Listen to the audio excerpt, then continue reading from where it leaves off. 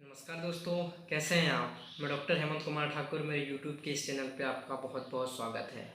तो दोस्तों, आज का हमारा टॉपिक है एक्ने और पिंपल्स। तो चलिए स्टार्ट करते हैं।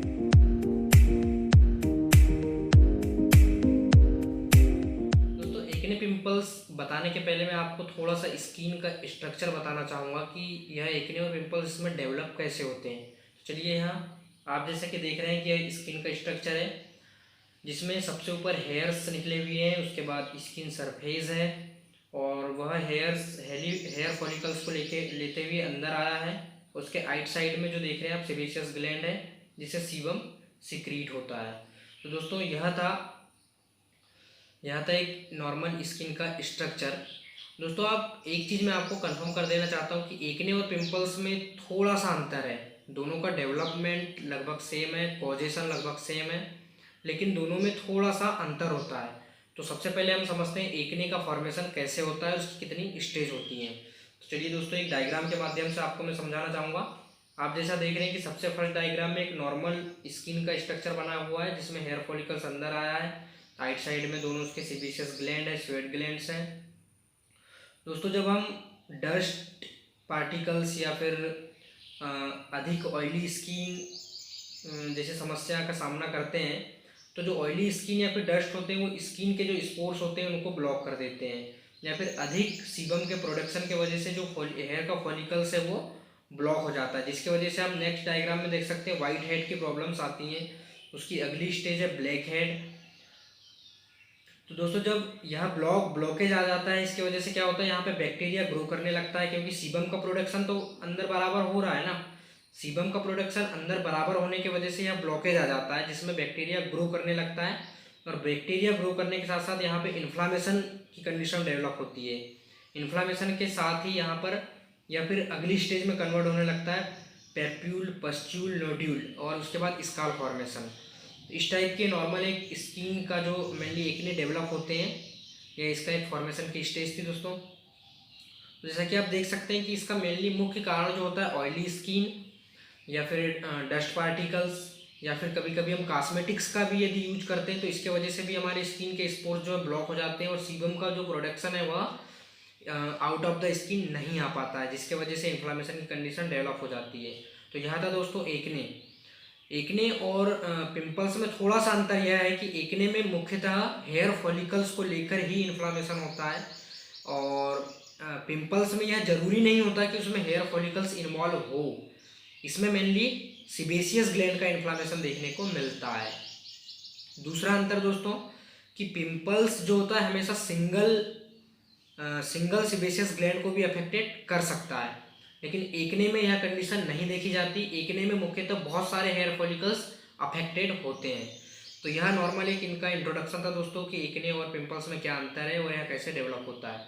बात करें इसके रिस्क फैक्टर की, तो रिस्क फैक्टर में दोस्तों मेनली हम प्यूबर्टी में यहाँ देख सकते हैं। जब प्यूबर्टी में एक्चुअल में हार्मोनल एक्सचेंज बहुत ज़्यादा होते हैं, हार्मोनल चेंजेस बॉडी में बहुत ज़्यादा होते हैं, जिसमें टेस्टोस्टेरोन का बहुत ज़्यादा प्रोडक्शन होता है, जो पिंपल्स को जन्म देता है। दूसरी चीज़, यदि हम पॉल्यूशन के कांटेक्ट में आते हैं तो भी हेयर फॉलिकल्स का इन्फ्लामेशन होकर एक्ने और पिंपल जैसी समस्याएं देखने को मिलती हैं दोस्तों।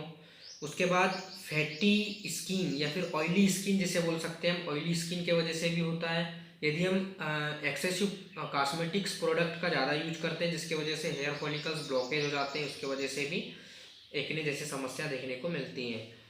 तो दोस्तों, यह थे इसके मुख्यतः रिस्क फैक्टर। अब बात करेंगे इसके ट्रीटमेंट की। दोस्तों, दोनों में थोड़ा सा डिफरेंस ज़रूर है, लेकिन ट्रीटमेंट लगभग दोनों का सेम है, क्योंकि इनकी पैथोलॉजी लगभग दोनों की सेम है, इनका डेवलपमेंट सेम है, कॉजेशन सेम है। इस वजह से हम ट्रीटमेंट भी सेम मान सकते हैं। बस एनाटॉमिकल स्ट्रक्चर को अलग अलग जगह पे अफेक्टेड करने की वजह से थोड़ा सा इसमें डिफरेंस होता है। लेकिन हम बात करेंगे ट्रीटमेंट की। ट्रीटमेंट में दोस्तों सबसे पहले तो आप जितने भी अदर्स कॉस्मेटिक्स यूज कर रहे हैं उन्हें आप स्टॉप कर दीजिए। मुख्यतः एक्सटर्नल एप्लीकेशन यदि आप यूज कर रहे हैं तो इसको बिल्कुल स्टॉप कर दीजिए। और दूसरी चीज़, यदि आप साबुन का इस्तेमाल करते हैं तो कोई भी एक ही प्रकार की साबुन का इस्तेमाल करना है आपको। तो चलिए अब मेडिसिन की बात करते हैं। दोस्तों, यदि हम ट्रीटमेंट स्टार्ट करते हैं तो सबसे पहले हमें एक्ने में किसी भी मेडिसिन को लेने से 2 दिन पहले हमें सिलीसिया 200 पोटेंसी का यूज करना है। इसका कारण बताऊंगा दोस्तों आपको मैं।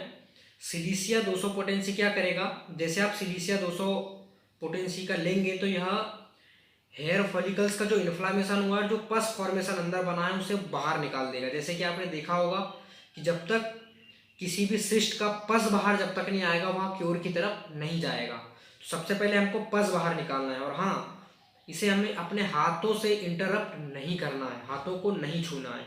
तो सबसे पहले मेडिसिन आप सिलीसिया लेंगे 200 पोटेंसी में, रात में सोते टाइम सिंगल डोज। इसके वजह से आपका जो पस है, जो एक्ने या पिंपल्स में जो पस भरा हुआ है, वो बाहर निकल जाएगा।